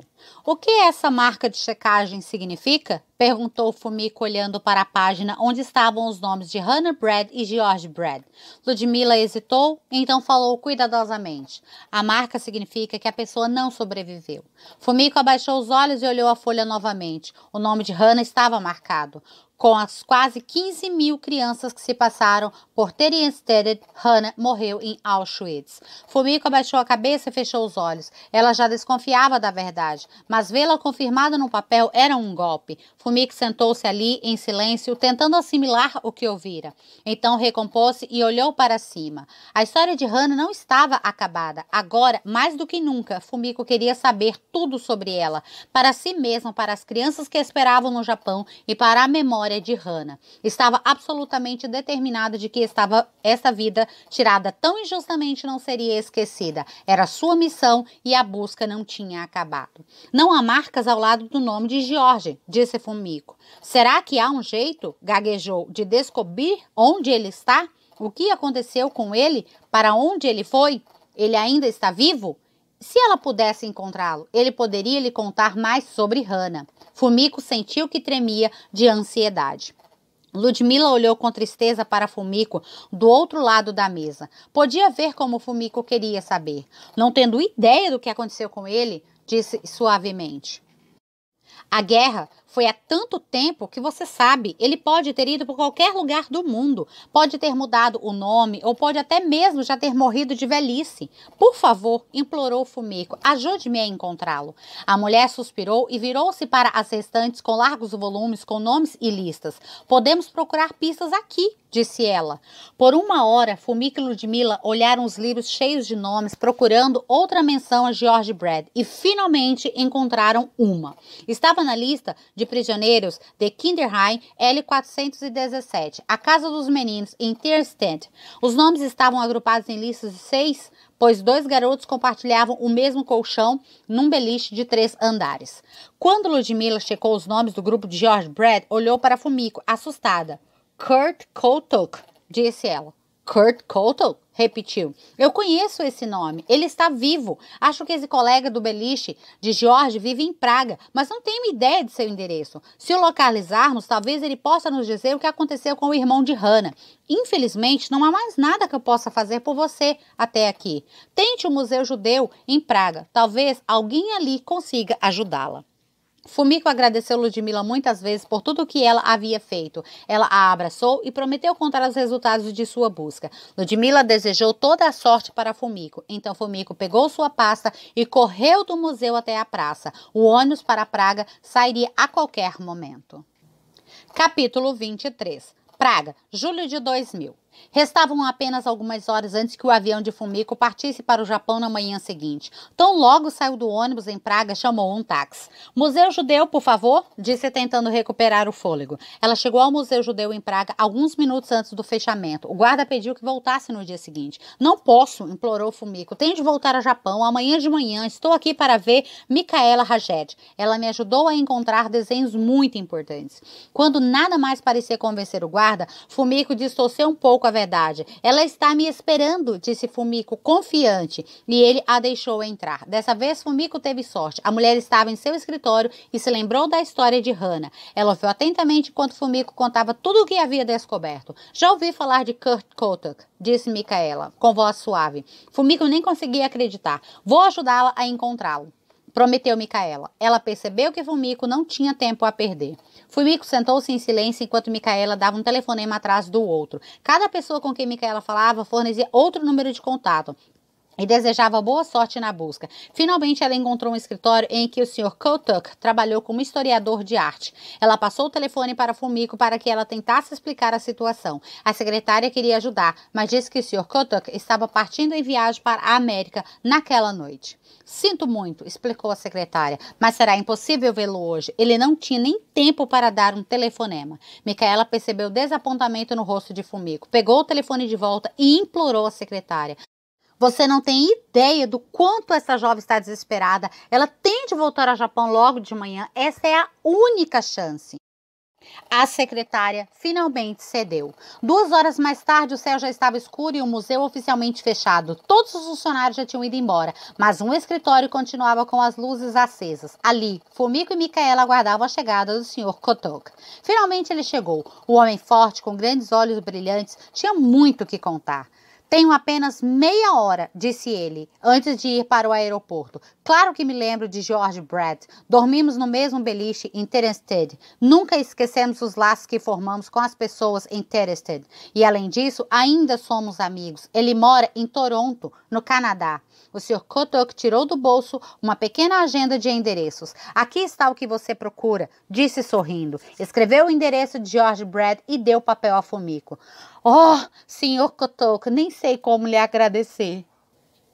Boa sorte, disse ele a Fumiko. Fico feliz em saber que as crianças no Japão estão interessadas na história do Holocausto. Então o Sr. Kotoka praticamente correu para fora do escritório com a mala na mão. Fumiko sorria de orelha a orelha. Toda a sua perseverança tinha sido recompensada. Ela disse a Micaela quão grata estava por toda a sua ajuda. Na manhã seguinte, Fumiko acomodou-se em seu assento para o longo voo até o Japão. Ainda estava radiante. Repassou mentalmente toda a história que contaria às crianças no centro. Quando pensava que Hana tinha um irmão mais velho, lembrava-se da própria irmãzinha, 3 anos mais nova. Fumiko sempre a protegeu e imaginou como seria horrível se ela tivesse em perigo. Só de pensar nisso, ela tremia. Olhava pela janela enquanto os eventos do dia anterior se repetiam em sua mente. Depois de 1 hora, caiu num sono profundo. Era a primeira vez que relaxava depois de muito tempo.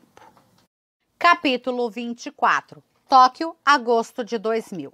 De volta a Tóquio, Fumiko convocou uma reunião especial do Pequenas Asas. Ela contou todos os detalhes de sua aventura aos membros. As notícias tristes vieram primeiro. Quando as crianças se reuniram em círculo ao redor dela, Fumiko contou numa voz suave o que todos imaginavam. Hana tinha morrido em Auschwitz.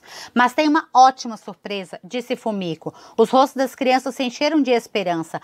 Hana tinha um irmão chamado George e ele sobreviveu. As perguntas começaram imediatamente. Onde ele está? Perguntou Michael. Quantos anos ele tem? Outro menino quis saber.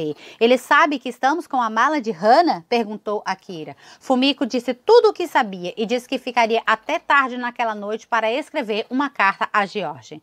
Podemos enviar alguma coisa junto à carta? Perguntou Michael. As crianças mais velhas se espalharam à procura de lugares tranquilos para sentar e escrever poemas. O que podemos fazer? Akira perguntou a Michael. Faça um retrato de Hana, respondeu ela. Mas eu não sei como ela era, ele respondeu.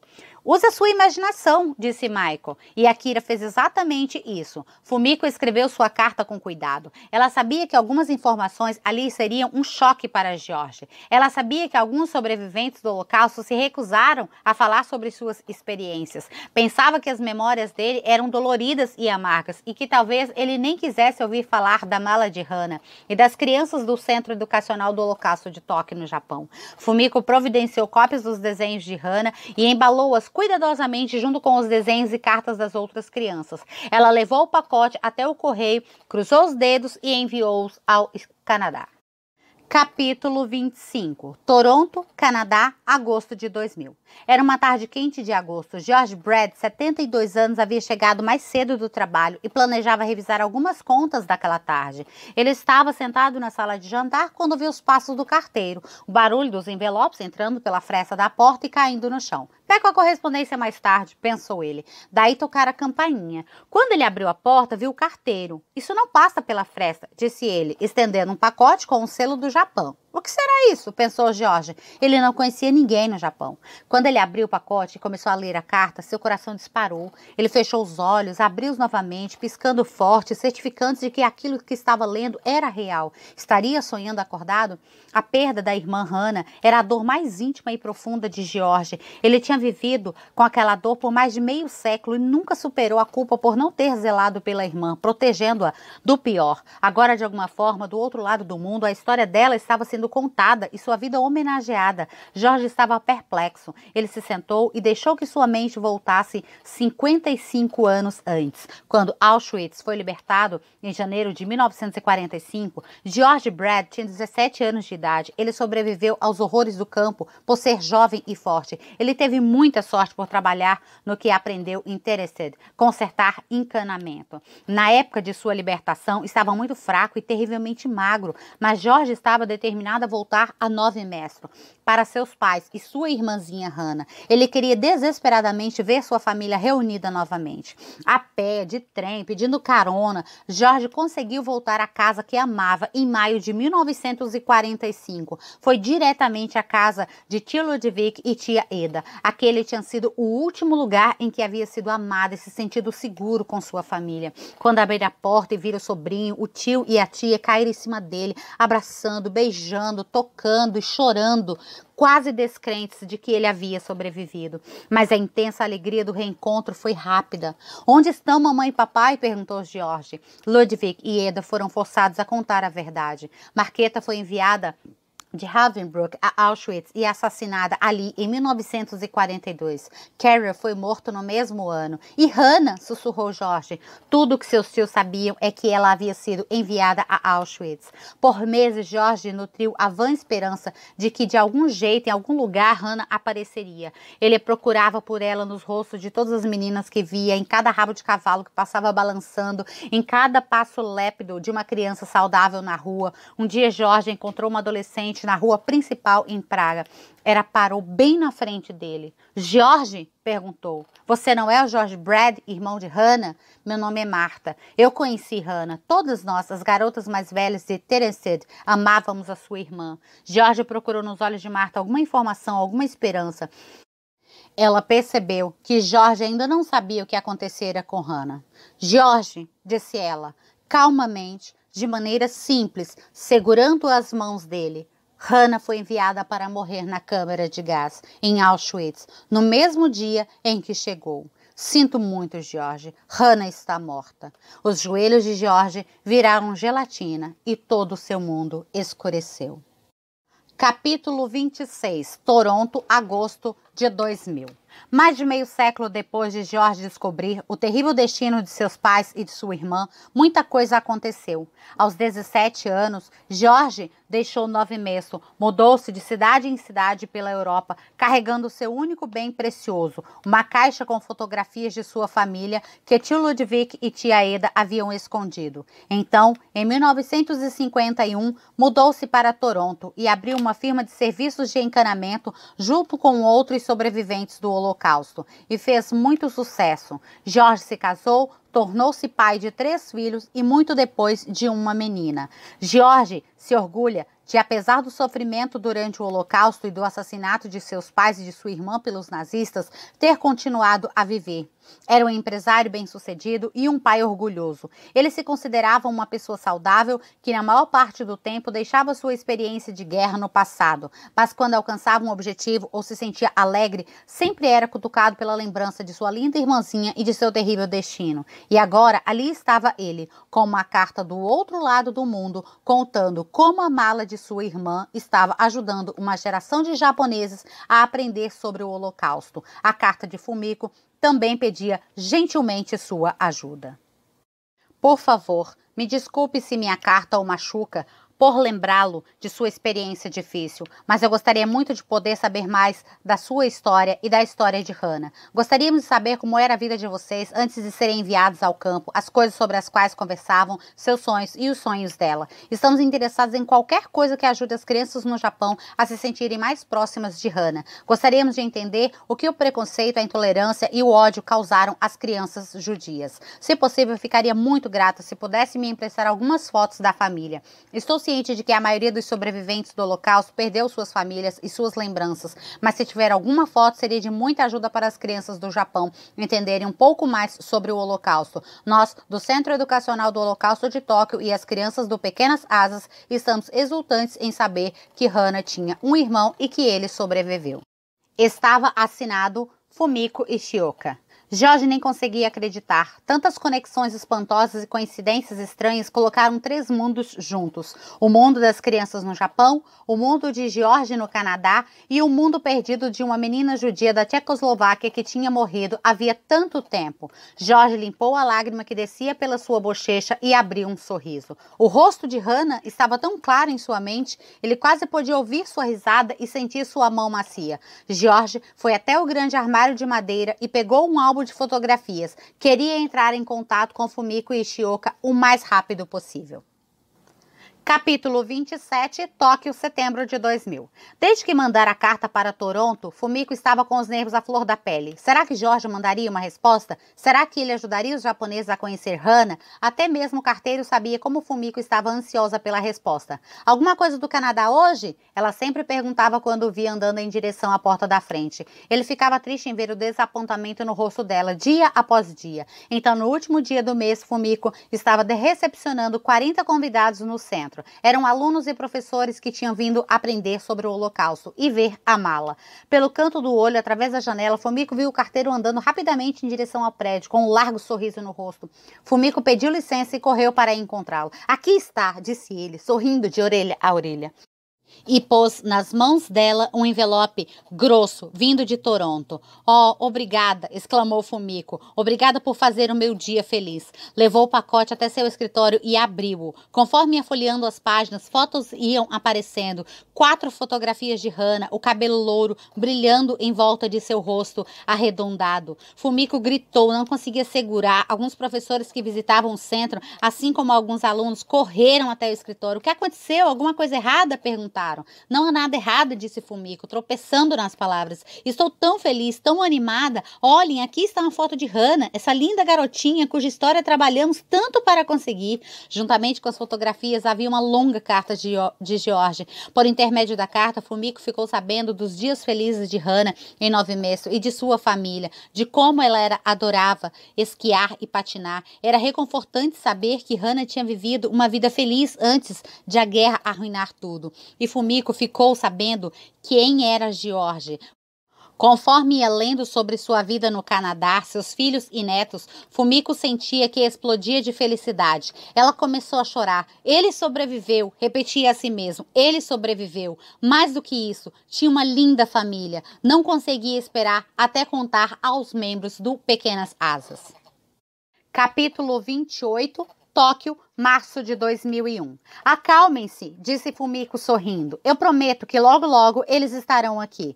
Mas nada do que dizia aplacaria o entusiasmo das crianças naquela manhã. Elas pipocavam ao redor do centro, checavam seus poemas, arrumando suas roupas pela enésima vez e contando piadas bobas para o tempo passar mais rápido. Até Michael, cuja tarefa era acalmar as outras crianças, estava agitada. Então finalmente a espera chegou ao fim. George Brad havia chegado e havia trazido com ele a filha de 17 anos, Lara Hannah. Agora as crianças ficaram quietas. Na entrada principal do centro, elas cercaram Jorge e o cumprimentaram, curvando as costas, como é costume no Japão. Akira presenteou Jorge com uma linda guirlanda multicolorida de origami. Todas as crianças se empurravam delicadamente para poder chegar perto dele. Tantos meses depois de Fumiko ter recebido a carta de Jorge, estavam exultantes em finalmente conhecê-lo pessoalmente. Fumiko segurou Jorge pelo braço. Agora venha conosco ver a mala da sua irmã. Eles andaram até a área da exposição. E ali, cercado pelas crianças, com Fumiko segurando uma de suas mãos e sua filha Lara a outra, Jorge viu a mala. De repente, uma tristeza insuportável caiu sobre ele. Ali estava a mala, ali estava o nome escrito, bem em cima. Hannah Brand, sua irmã linda, forte, brincalhona, generosa e divertida. Ela morrera tão jovem de uma forma tão horrível. Jorge abaixou a cabeça e deixou as lágrimas rolarem. Mas alguns minutos mais tarde, quando olhou para cima, viu sua filha, viu Fumiko, que havia trabalhado tanto para encontrá-lo e contar a história de Hannah. E viu as faces ansiosas daquelas crianças japonesas para quem Hannah havia se tornado tão importante e tão viva.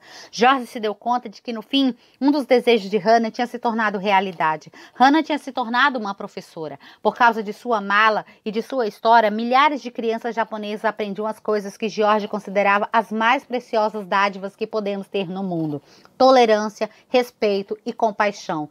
Que presente, Fumiko, e essas crianças me deram, pensou ele, e que honra para Hana. Fumiko pediu que as crianças se sentassem em círculo. Ela brilhava de orgulho quando, por uma vez, as crianças presentearam George com os desenhos e os poemas sobre Hana. Quando acabaram, Michael levantou-se, respirou fundo e leu alto um poema.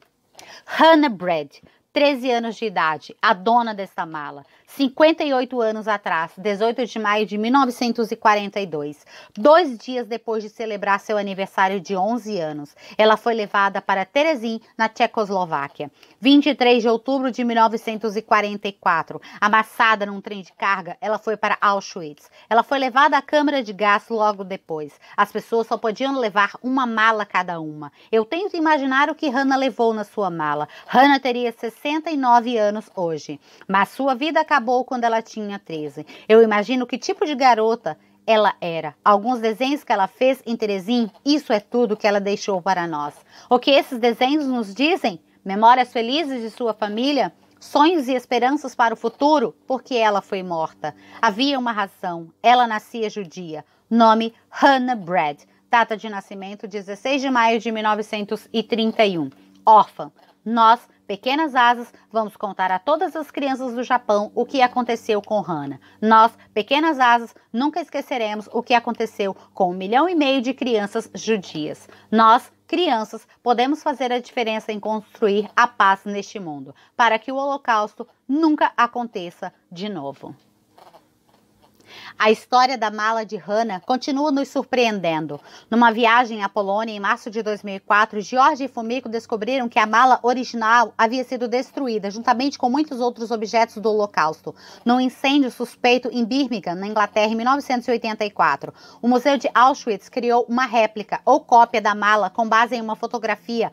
Foi essa réplica que Fumiko e o Pequenas Asas receberam em Tóquio. É política de Auschwitz dizer a todos os que recebem empréstimos que o objeto emprestado não é original, mas nesse caso houve um erro. George e Fumiko não sabiam que a mala era uma cópia até essa viagem para a Polônia. Olhando para trás, todos os envolvidos ficaram gratos para os curadores de Auschwitz terem tido o trabalho de criar uma réplica tão fiel da mala. Sem ela, Fumiko nunca teria conhecido a história de Hannah, nunca teria encontrado George e nunca teriam sabido a história da mala de Hannah. A mala de Hannah está sendo lida ao redor do mundo por milhares de crianças em mais de 20 línguas. Fumiko, George e a mala continuam viajando para compartilhar a história de Hannah, a história da guerra e uma mensagem de tolerância. Agradecimentos. Em primeiro lugar, meus agradecimentos a George Brad e Fumiko Ishioka. Esta é uma história deles. Cada um, com espantosa dedicação e generosidade, ajudou este livro a nascer. São muitos persistentes e compassivos, movidos pelo desejo de fazer deste mundo um lugar melhor e chamar a atenção e honrar a memória de Hannah Brad. Eu os parabenizo. Meu coração deu um pulo quando li a história da mala de Hannah num artigo de Paul Lungen, no Canadian Vantage News, jornal judeu-canadense.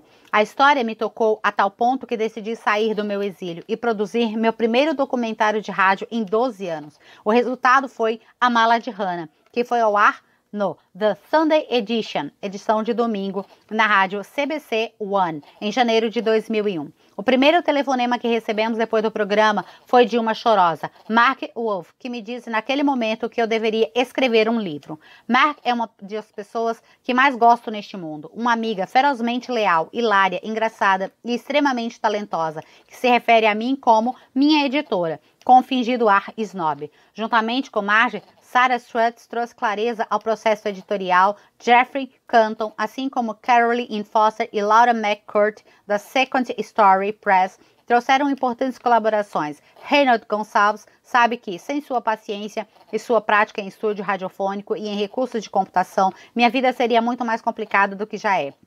Agradeço também Carmelita Tenerife pelo apoio e Teresa Brad por sua bondade. Meu sensacional time de amigas que serviu de apoio moral, babás e incentivadoras deste projeto. Suzanne Boyce, Kate Broad, Justin Ferb, Francine Frank, Geraldine Chan, Talivert. Quero fazer um agradecimento especial a Madeleine Courchamp, de 9 anos, por ser uma das primeiras a ler o original. As sugestões dela e de sua mãe foram maravilhosas. Nenhuma filha poderia esperar mais do apoio e incentivo de seus pais. Minha mãe, Ellen, e meu pai, Gil, Jill me ensinaram, entre outras coisas, a valorizar a luta humana e a entender o passado para lutar por um futuro melhor. E me deram a melhor de todas as irmãs mais velhas, Ruth Tamara, que me encorajou em todos os sentidos. Michael Enright, meu querido companheiro, acreditava que eu conseguiria escrever um livro muito antes que eu começasse e nunca perdi uma oportunidade de me dizer isso. Sua confiança em mim e seu infinito entusiasmo por este projeto me entusiasmavam e amedrontavam ao mesmo tempo. A cada passo, ele me dava a nutrição de que eu precisava,